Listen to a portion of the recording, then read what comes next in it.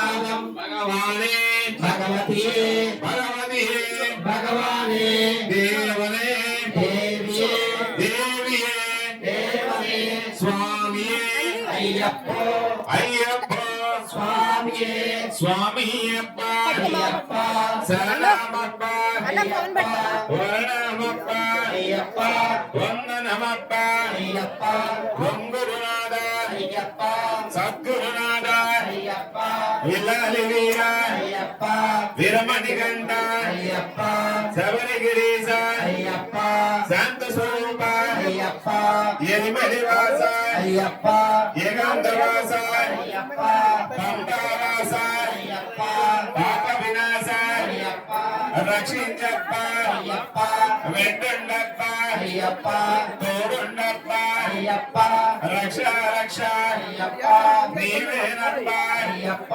స్వామియే అయ్యప్ప అయ్యప్ప స్వామియే స్వామి శరణం అయ్యప్ప శరణం అయ్యప్ప శరణం స్వామి శరణం భగవాన్ శరణం భగవతి శరణం భగవతి శరణం దియాభిషేకం స్వామికే దియాభిషేకం స్వామికే దియాభిషేకం స్వామికే దియాభిషేకం స్వామికే దియాభిషేకం స్వామికే దియాభిషేకం స్వామికే దియాభిషేకం స్వామికే దియాభిషేకం స్వామికే దియాభిషేకం స్వామికే స్వామికే దియాభిషేకం స్వామికే దియాభిషేకం స్వామికే దియాభిషేకం స్వామికే దియాభిషేకం స్వామికే స్వామికే దియాభిషేకం స్వామికే దియాభిషేకం స్వామికే దియాభిషేకం స్వామికే దియాభిషేకం స్వామికే స్వామికే దియాభిషేకం స్వామికే దియాభిషేకం స్వామికే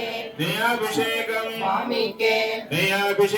స్వామికే దియాభిషేకం స్వామికే దియాభిషేకం స్వామికే దియాభిషేకం స్వామికే దియాభిషేకం స్వామికే దియాభిషేకం స్వామికే స్వామియే అయ్యప్ప అయ్యప్ప స్వామియే స్వామియప్ప అయ్యప్ప శరణమప్ప అయ్యప్ప వరణమప్ప అయ్యప్ప వందనమప్ప అయ్యప్ప ఓం గురునాథ అయ్యప్ప సద్గురునాథ అయ్యప్ప విల్లాలి వీర అయ్యప్ప విరమణికంఠ అయ్యప్ప స్వామియే అయ్యప్ప అయ్యప్ప స్వామి స్వామియే అయ్యప్ప అయ్యప్ప దయాభిషేకం స్వామికే దయాభిషేకం ఇరుముడి అయ్యప్ప మాలాట ఒక్క 2 నిమిషాలు చక్కగా సూక్ష్మంగా చెప్తా జాగ్రత్త.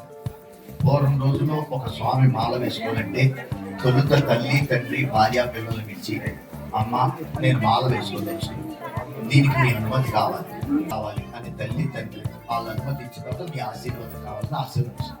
తర్వాత భార్య పిల్లలు ఇచ్చి ఇలాగ నేను మాల వేసుకున్నా, రేపు నుంచి నా ఆచారాలు నా సాంప్రదాయాలు నా పడికట్టేలా ఉంటుంది భార్య పిల్లలు వాళ్ళ అనుమతి కూడా కావాలి.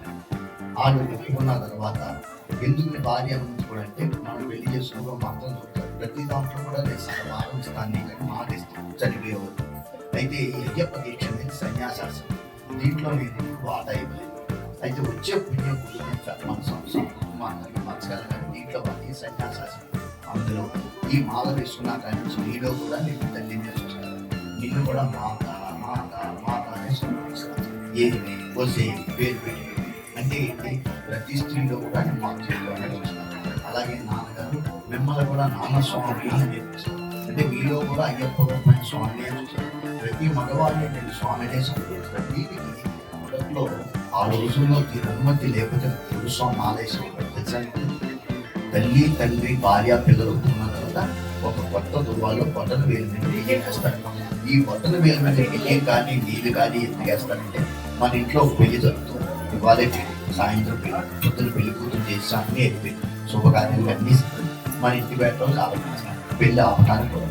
అప్పుడు బ్రాహ్మణులు ఒక మంత్రం జరిగి నీళ్ళు వదిలిస్తారు, నీళ్ళ పాలు వదిలిస్తారు. అంటే ఏంటంటే ఆ రోజు నుంచి ఆలోచన మీకు గుడి పుణ్యాలు అయితే బంధుత్వం ఉంటారు. అలాగే అయ్యప్పలో కూడా తొలుత తల్లి తండ్రి భార్య పిల్లలు కొత్త దువ్వాలో వేసి బియ్యం వేసి ఆయన నా గుడితో ఇక సంబంధం లేదు, నేను నీకు అప్పు చెప్పేస్తాను, నా భర్తతో నాకు సంబంధం లేదు, నీకు అప్పు చెప్తున్నా అని వాళ్ళు చెప్పిన తర్వాత అది మూడు గట్టుకెళ్ళి దేవుడి గదిలోకి వెళ్ళి ఒక కొబ్బరికాయ పీసు మీద కర్పూరం వెలిగించి దేవుడికి 3 సార్లు కుడి చేతికి 3 సార్లు ఎడ చేతికి చెప్పి వెనక్కి నడుచుకుంటూ వచ్చి ఇంటి సింహంలో ఏదో అక్కడ కొబ్బరికాయ కొట్టేసి వెనక్కి చూడకుండా తిరిగి గురుస్వామి ఆ కొబ్బరికాయ కూడా అర్థం ఏంటంటే ఈ రోజు నుంచి నేను గృహస్థాశ్రమం అవుతాను.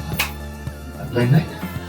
నాకు గృహం లేదు, ఇక నాకు నేను తీసుకునే సన్యాసాశ్రమం అనే భావంతో కొబ్బరికాయ కొట్టించి గురుస్వామి దగ్గరికి అయ్యా మా తల్లి తండ్రి భార్య ఉన్నారు, వాళ్ళు ఇంకో భిక్ష వేశారు. ఆయన గురుస్వామి గారు మాల వేయడం అప్పుడు మాల వేశారు. ఇప్పుడు నీకు గురుస్వామికి వెళ్ళి మాల వేయమంటే దక్షిణ వేసి అన్నాన్ని కోపం కాదు, అలా వ్యవహారం అంతా పడింది. ఇంకోటి చెప్తాను, 10 నుండి 50 సంవత్సరం మధ్య వయసు గల స్త్రీ వండింది కూడా మేము తినకూడదు తెలుసా. 10 నుండి 50 సంవత్సరం మధ్య వయసు గల స్త్రీ గరిటి తిప్పిన ఆహారం కూడా మేము స్వీకరించకూడదు. ఇది వరకు అదే దీక్ష చేసేవాడు.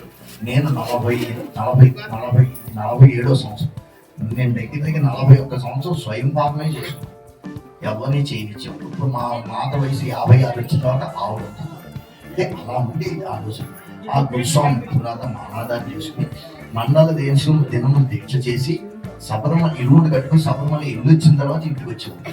అప్పుడు ఇంటికి వచ్చేవాడు. అందుకని అయ్యప్ప స్వామి రైలు పట్టం ఒక్క కన్న తల్లి తండ్రి రక్తం పంచు పుట్టిన అన్నదమ్ములు పోతేనే మాకు మైలు, అంతేగాని మాకు మైలు. అయితే కాలక్రమేణా ఏమైందంటే మాల వేసుకుని పీఠం పెట్టుకున్నా ఇంటికి వచ్చి ఇంటిలో బాధ్యతలు స్వీకరించవలసి ఎందుకంటే రెక్కాడితే కానీ దొక్కాడుతుంది.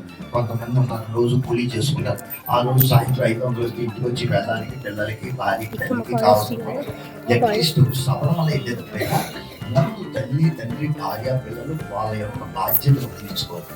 అయ్యా నా కొడుకుని నా భర్తని నా తండ్రిని అభ్యర్థం ఇంకా నా సంబంధం నా స్వామిని తీసుకెళ్ళి 18 మెట్లు ఎక్కించి చక్కగా తనలో ఉన్న దుర్గుణాలు పోగొట్టి దుర్వ్యసనాలను పోగొట్టి మంచిని ధర్మాన్ని నేను పంపించిన ఆయనని తండ్రి భార్య పిల్లలు మొదట వేశారు. ఇంకా మీరు 10 నుండి 50 సంవత్సరం మధ్య వయసు గల స్త్రీలు సభలు నాకు 30 ఏట పెళ్ళి నాకు 40 ఏట ఇబ్బందులు తీరిపోయింది. వెళ్ళొచ్చనే ప్రశ్న మీరు ఎక్కడ ఒక స్త్రీ సభలు వెళ్ళాలని 9 ఏళ్ళు లేదంటే 51 సంవత్సరం వాళ్ళు మాత్రం అంటే బాల్యంతో లేదంటే వృద్ధాప్యం చెప్పాడు అయ్యా. అలాంటి వాళ్ళు అందరూ అడిగారు. ఇప్పుడు అందరూ పెద్ద వయసు వరకు బతకగా 50 దాకా అందరూ బతకాలని లేదు, ఆరోగ్యంగా ఉండాలి, అప్పుడు మీరు వెళ్ళలేకపోవచ్చు. మరి ఎలాగంటే అప్పుడు చెప్పాడు ఎక్కడైతే ఈ గుడి కార్యక్రమం జరుగుతుందో అక్కడ కోరిక అనేది భిక్ష తెచ్చుకోవాలి. అంటే ఆవిడ 5 కేజీలు వేసిన 10 కేజీలు వేస్తే కూర్చుని కాదు, ఇక్కడ ఉండాలి క్లారిటీ, మనసు విశ్వాసం నమ్మకంతో 4 గింజలు వేసినా దేవుడు స్వీకరిస్తాడు. ఆ కోరిక అనే భిక్ష ఇప్పుడు నేను వదిలేప్పుడు చక్కగా మనసులో శ్రద్ధ లేకపోతే మీకు ఏదో ఒక బాధ, మానవ జన్మలో బాధ లేదన్న వాడు ఉండడు. ఎంత చెట్టుకి అంత గాలి అన్నట్టు ఎంత వాడికి అంత బాధ, ఏదో ఒక లోపం ఏదో ఒక కోరిక ఉంటుంది. లేకుండా ఎందుకంటే ఏమీ లేదంటే వాడి దేవుని తీసుకెళ్ళి మార్కెట్లో అమ్మేస్తాడు. అన్ని బాధలు లేవు, ఆయన కోరికలు లేవనుకో దేవుణ్ణి అమ్మేస్తాడు. మానవ అందుకని దేవుడు ఏం చేస్తాడు, ఏదో ఒక బలహీనతను ఇంట్లో పెట్టుకుంటాడు. ఆ కోరిక ముందు మీరు భిక్షతో స్వామిని సమర్పించుకుంటే ఇది వరకు రోజుల్లో అయితే మేము 3 చోట్ల వండుకుని తిన్నాము. ఇప్పుడు 2 ముడులు కడతాం కదా, ఇది వరకు ఏంటో సరే చెల్లాలి. ఈ 2 ముడులు అసలు ఇదేంటో కూడా మీకు అది కూడా చెప్పాను ఒక నిమిషం. అలనాడు అయ్యప్ప స్వామి తన తల్లి యొక్క శిరోధారం తలనొప్పి తగ్గిస్తాను పులిపాలకు వెళ్తాడు, బయలుదేరతాడు. పులిపాలకు బయలుదేరతాడు, తల్లిని అడుగుతాడు, అమ్మా నేను అడవిలో పులిపాలకు వెళ్తాను, నేను వచ్చేటప్పుడు ఎన్ని రోజులు పడుతుందో తెలియదు, నేను రోజు సంధ్యావందనం చేసుకోవాలి, నా పూజ సామాగ్రి 1 మూట, అడవిలోకి వెళ్తాను నాకు తినడానికి ఏమీ దొరకదు, నాకు ఆహారం సామాన్లని 1 మూట. ఇప్పుడు మేము 2 జాట్లు వేసాం మూటలో, అవన్నీ ఒకదాంట్లో వేసేస్తాం.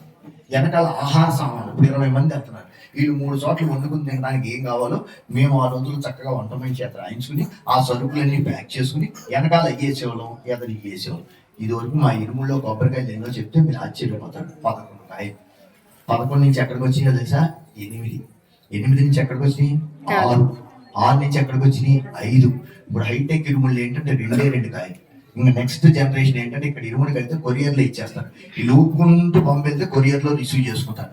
ఇది మనిషికి అజ్ఞాతం పెరిగిపోయి మనిషి అలా తయారై అలాగా ఆ రోజుల్లో ఆ తల్లిని అడిగి ఇలా చేశారు. అప్పుడు వెళ్ళాడు, అయ్యా అయ్యప్ప దీంట్లో నీ పరమార్థం ఏంటి?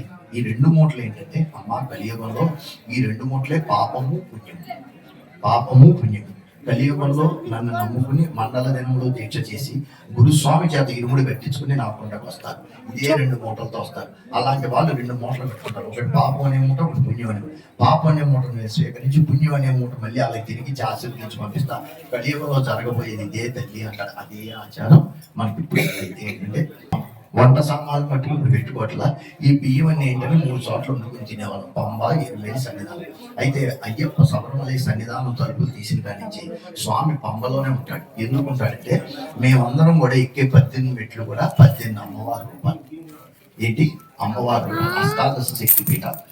జనరల్ గా మన ఇంట్లో మన కాలు అమ్మవారి ఫోటో తగిలితేనే అమ్మో ఏం జరుగుతుందో అలాంటిది మేము ఎవరి మీద కాలు పెట్టెక్కుతున్నాం అంటే మేము ఎంత శుచిగా ఉండాలి. దానికోసం అయ్యప్ప ఏం చేశాడు, మా తలుపులు తీసుకొని పంబా నది ఒడ్డు నుండి మేము పంబలో మునిగినప్పుడు అంటే ఎన్ని లక్షల మంది స్నానం చేస్తే 100 లక్షల మంది మీద చెయ్యి పెట్టి ముంచుతాడు. అంటే శుద్ధి చేస్తాడు. తెలుసో తెలియకుండా ఆ భక్తులు నన్ను నమ్ముకున్న అయ్యప్పలు మండల దేశం చేశారు. కానీ మానవ జన్మలో ఏదో తప్పు చేస్తారు, మానసికంగా కానీ శారీరకంగా కానీ. ఆమె శుద్ధి చేయకపోతే నా తల్లి మీద కాలు పెట్టెక్కుతున్నారు, ఆవిడ కోపం వచ్చిందని నేను చెప్పిస్తుంది, వీళ్ళు నాశనం అయిపోతారు, నాశనం అవ్వకూడదు, నా భక్తులు నన్ను నమ్ముకున్నారు, ఇలా కాపాడాలి అనే స్వార్థంతో స్వామి ఎప్పుడు పంబా నదిని ఒడ్డునుంటారు.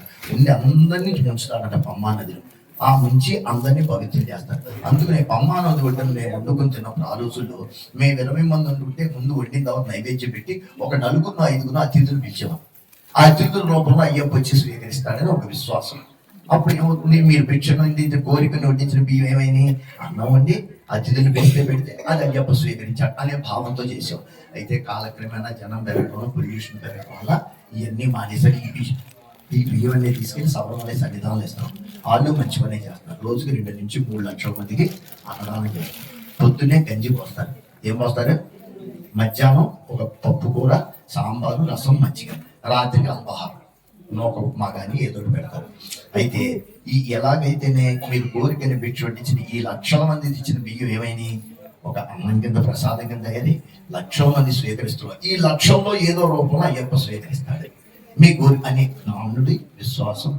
మన హిందూ మతం అంతా కూడా విశ్వాసం మీద ఒక పనికిరాని రాయిని తీసుకొచ్చి ఒక ఆడబొమ్మలా చెక్కి ఇది అమ్మవారిని పెట్టి పూజ చేస్తే ఆ రాయికి శక్తి వస్తుంది. మనది ఆచారం. ఇది నమ్మకం, విశ్వాసంతోనే భగవత్ శక్తి ఉత్పన్నమవుతుంది. అలాగే ఇది కూడా చక్కగా నేను చెప్తాను. కాళ్ళకి ఇరుముడు సామాన్ తగలకుండా తోసుకోకుండా అందరూ మీ వాళ్ళు మీరు వేసినదే కడతారు. జాగ్రత్తగా మనసులో కోరిక చెప్పుకుంటూ స్వామి ఏ శరణమయ్యప్పని మీకు ఏ కోరిక ఉందో దాంట్లో తెల్ల బియ్యం మాత్రమే అయ్యింది. పసుపు కుంకుమ కలపకూడదు, పువ్వులు కలపకూడదు. దేవుడికి వేసే పాడు స్వామి చూపించేటప్పుడు ఇప్పుడు ఇమ్ముడు ఇద్దరంతా ధైర్యంగా నిల్చోబెట్టా. అప్పుడు పాద నమస్కారం చేసుకుని పళ్ళు కానీ ఏది తినడానికి స్వీట్ కానీ డబ్బులు కానీ యాత్రకి ఇవ్వాలంటే ఎప్పుడైతే స్వామి శిరస్సు మీరు ఇమ్ముడు చేయాలి అయ్యప్పతో సమానం. మీరు ఈ స్వామి చేతులు ఇలా డబ్బులు పెడితే అయ్యప్ప సభలో పెట్టినంత పుణ్యం అన్నమాట. ఇప్పుడు కేవలం దేవుడి డబ్బులు, కోరిక భిక్ష, ఈ 2 జాగ్రత్తగా చేస్తుంది. బియ్యం కింద పడకుండా మెయిన్ కాళ్ళకి ఇరుముడి సామాన్ దూరంగా ఉండి కొట్టించాలి. లైన్లో